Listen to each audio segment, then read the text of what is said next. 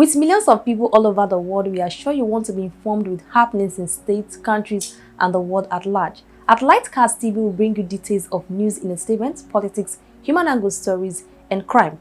We also engage business owners who talk to us about their business. Perhaps you want to go into such business. What are the things you need to know?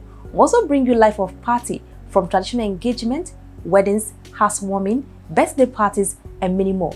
Keep a date with all the happenings on LightCast TV by subscribing to our channel. Reports have emerged on the cause of death of the founder of Fountain of Life Church in Ilupeju, Lagos State, Pastor Taiwo Odukoya. Recall the church had announced that the clergyman passed on in the United States of America on Monday at 67. The church, however, did not disclose how he died, but the nation gathered that the respected cleric had health issues, mainly triggered by personal tragedies. A source close to the family said he really didn't get over the losses he suffered. He tried to be strong, but there's a limit to what a man can take. Pastor was more devastated by what people said about Pastor Bimbo than what actually happened. Many people said nasty things that saddened his heart. He was touched by the savageries of the comments. Well, he had no choice and decided to move on despite the heartbreaks. It took a lot of talking for him to decide to remarry. Pastor Bimbo's death was shattering. Pastor Notim's demise was a technical knockout. It knocked Pastor down and out. He was inconsolable. He was very bothered about what people would say. He left him totally lifeless. There was nothing which could tear him. He took something deep out of him, and some of us became afraid for him. Speaking further, the source explained that when the clergy lost his twin a few weeks after his wife's death, it was more or less the last straw. For someone who had lost two important women in his life, it was tough to take the death of someone with whom he shared his womb and childhood. It was a personal and humbling tragedy. He would just gaze and seem to become completely disinterested in things around him. It was unusual to become totally lost in conversations and issues. I believe something died in him at that point. He tried to put up strong face for the church, but he was human. He was died within, and it was only a matter of time that he lived for almost 2 years and after showed the strength of his character. Former Governor of Katsina State, El-Rufai, is reportedly said to reject the ministerial appointment of President Bola Ahmed Tinubu. Recall that President Tinubu had sent the names of El-Rufai and 47 others to the National Assembly for screening and confirmation as ministers.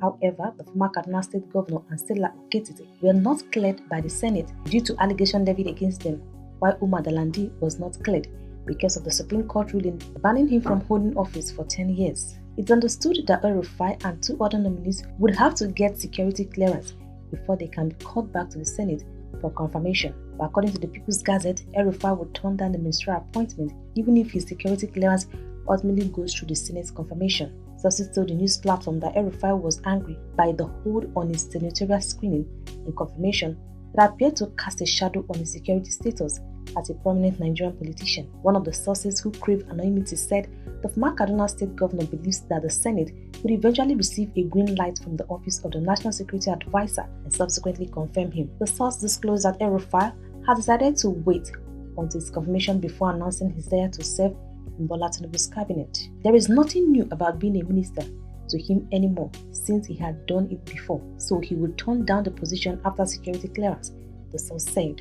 According to the source, the reason El-Rufai decided to turn down the ministerial appointment was to show Nigerians that there was no justifiable ground for the outcome of the security assessment to be placed on hold. The source said the decision of the former governor came despite the relentless effort of his closest friend to initiate a meeting with the NSA, Nahum Rabida, to resolve any outstanding issues. He stated that El-Rufai insisted he wouldn't be meeting Ribadu because he strongly believed the NSA lacked the requisite political stature to withhold a ministerial nomination. Guys, at the vessel, I'm not happy. I'm not happy. Guys, this thing is getting out of hand. This thing is getting out of hand. How can you people turn my DM to Bank of Industry? Huh? If I open my DM every time, God, bros, please. Jesus.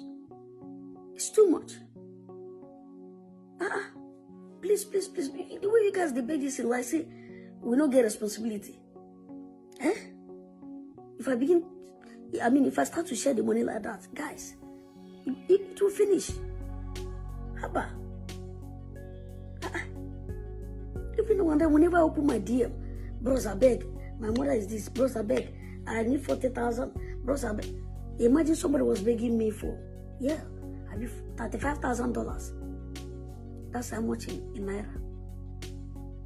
Approximately 20-something million. Jesus. And that one was asking me for $12,000 that he wants to open a shop. Man, the problem is that it's not just Nigerians. Huh? I beg now, I beg. You guys are making it look like we have this money packed somewhere and it's a must that we cater for your needs. No, it's not a must. It's not a must. This economic crunch, what can I call them? Guys, it's biting harder. It's biting everybody. It's biting Tom, Dick, and Harry. It's biting everybody. Even though when they get light, I don't go lie. It comes and goes. Comes and goes. But at least with this young. As you can see, in the course of making this video, light went off. And less than a minute, came back. NEPA. So guys, I beg now. I beg. I'm gonna take a miss, man. Now don't open office for my head. Eh? Top my DM to back office. Lest I forget. You know, there's a new a new trending app that is called Thread app. Remember what I said? A new trending is trending now. A new or viral app called Thread app. I beg. I can go on my knees. I used to go beg on. Do not carry that office that you have opened in my DM to this new app. I used to go beg you. I used to go beg on. I beg. Allow this app. Let it just flow on its own. Whatever we say there, whatever we do, please don't come there. Hey, if I post one thing, hey, bros, I need 3,000. I need 1.5 to buy this one. No, now, and you have 1.5 to recharge. You have money to recharge your phone. You don't have the one to eat. I beg. I want to take a music. We all have responsibilities. But they make them look like, say, if we don't do this, something will happen to us. No, nothing will happen to me. I give when I want to give. Do you know the number of people on my DM? That's not many. You guys are many.